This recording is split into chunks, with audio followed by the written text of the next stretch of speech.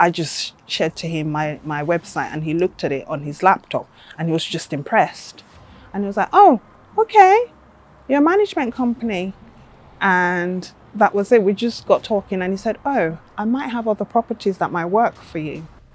2 weeks after, he called me, Kemy, are you able to manage 150 flats? I'm like, what do you mean? And I said, yes, of course I'm able to manage. I didn't know what he meant. So I thought, you need to keep this relationship, because if he's doing that, then there's more. Kemy, how are you? Good, thank you. How are you? Yeah, I'm good. I'm good. It's been a fantastic day here at the Rent to Rent retreat. It has been really great. A lot of information, networking, tips, nuggets, everything.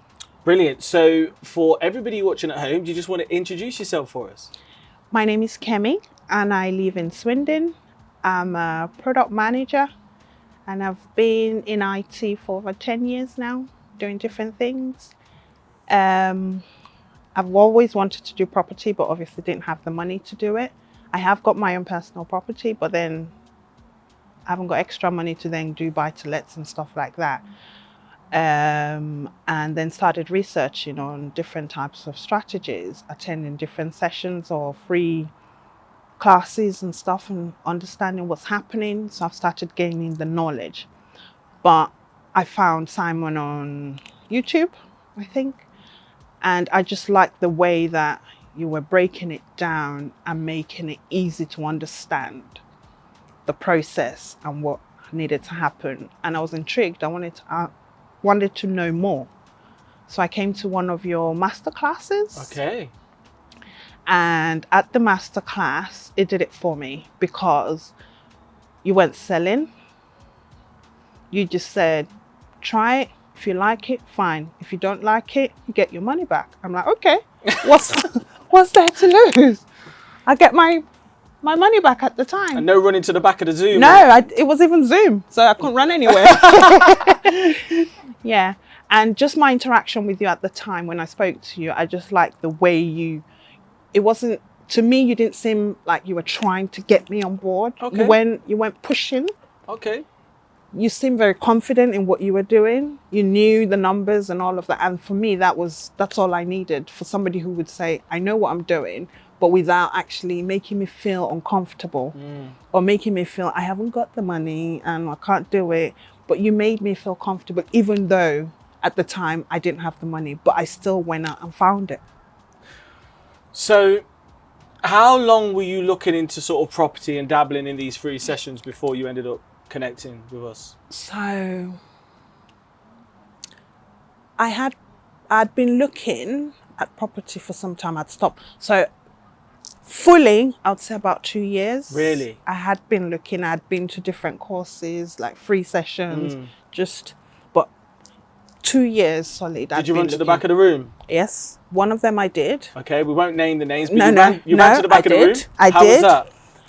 I felt pressured. I felt like I was missing out on something if I didn't run back to the room. Right. But I still didn't feel that it was the right thing for me at the time. Right. So even though I wanted to do property, it sounded okay. Everything seemed fine, but I just felt pressure. And I didn't feel comfortable about that pressure at the time. So basically, you was looking into property for 2 years. You was taking in all this information, these different strategies. It can get a bit overwhelming. You got these hippies trying to get you to run to the back of the room and all that good stuff. You got involved with the community. What happened next? So when I joined the community, I started watching the videos. And one thing I was looking for me was step by step. I'm a structured person. I need to know, tick box, what do I need to do next? After this. And you had that. So I just went straight onto the 90-day program and started looking and reading, following the things up. Sometimes I'll just put it in the background, just listening to it. And then if there are things that I needed to write down, I'll go back and watch it again and write notes as to what you were saying. And I just followed it step by step.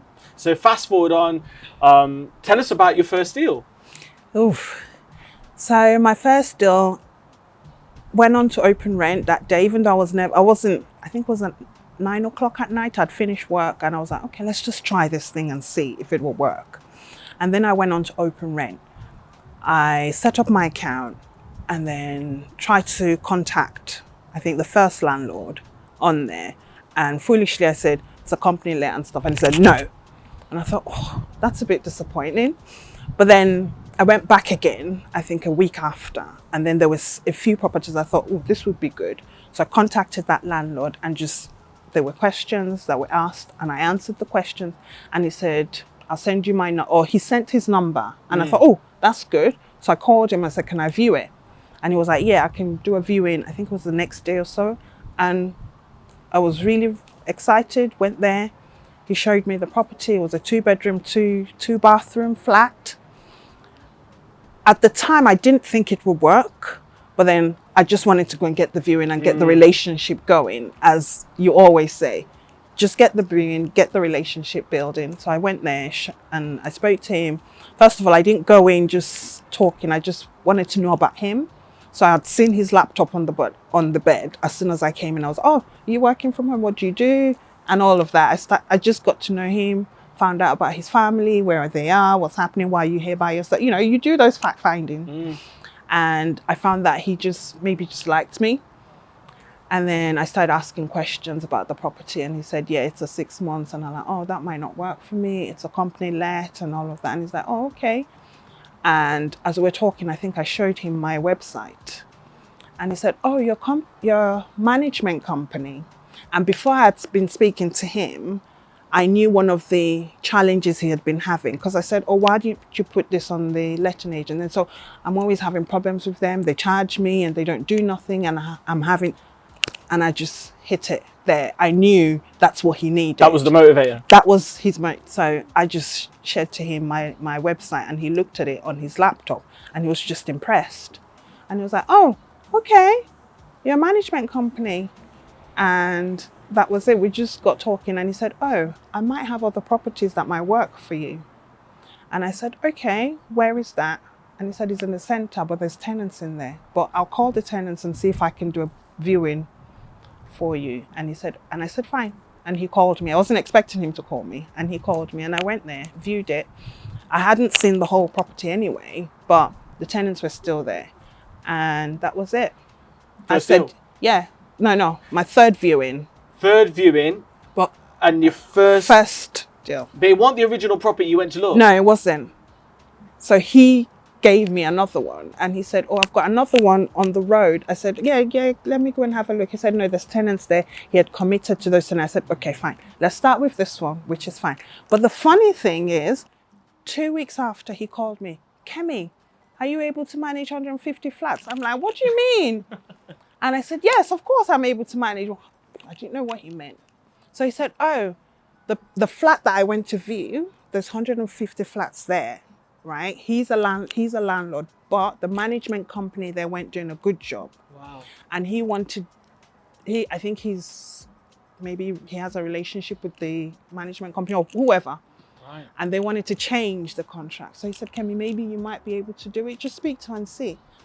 And for me, he impressed me because I thought, he doesn't even know me. I haven't even taken up his property, but he's considering me. So I thought, you need to keep this relationship because if he's doing that, then there's more. And that's been it. Beautiful. So you signed your first deal. How long's it been live? It's not live yet. Okay. I'm still doing the work. Okay. I'm still doing the painting. When's the live date? My live date is the 10th of August. I hope I can meet that date. I am trying my best. Like that. So setting up the property. Yeah. Setting up the OTAs and getting everything ready. Yeah. Any interest yet or? I haven't done the dummy advert, so I know. What did I say in the? You did say that. But I have learned from others. They've told me today. Yeah. You need to do the dummy advert, even if you haven't got pictures. Yeah. You need to do maybe like AI pictures and things like that, and start so those are my I'll give you a action. secret. I tell you what. Drop me a line. I'll send you some pictures. Fab. From one of mine. Let's get that live and let's see what we can get. Because as soon as you get that ad live, we can start generating income. Fabulous. Also, when you first put a new listing live, that's the best opportunity you've got. So if you turn Instant Book off, remember that whole thing where you can actually have a longer minimum night stay until it gets closer, so you can get a big booking. Bang it on OpenRent. Yes. That's where you found it. Back on OpenRent.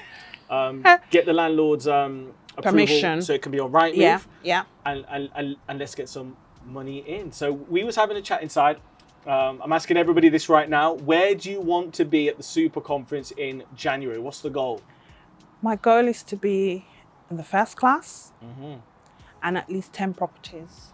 10 properties. And what would that do for you? I think that would help me achieve my initial goal of my exit strategy at work. So I don't necessarily want to leave, but I want to have the flexibility of working if I want to, or if I need to. And also building something for my children, especially. I've got 3 boys and I need them to be able to do things for themselves. And I feel that this is a family business. So just building it up. Amen. Final question. If you had to give somebody watching this one piece of advice, something you wish you knew, something you figured out, what would you tell them? What I've figured out now is just stay consistent and believe that you can do it, because you can. Amen. Kemi, thank you so much and well done. Congratulations. Thank you, Simon. Thank you for having me.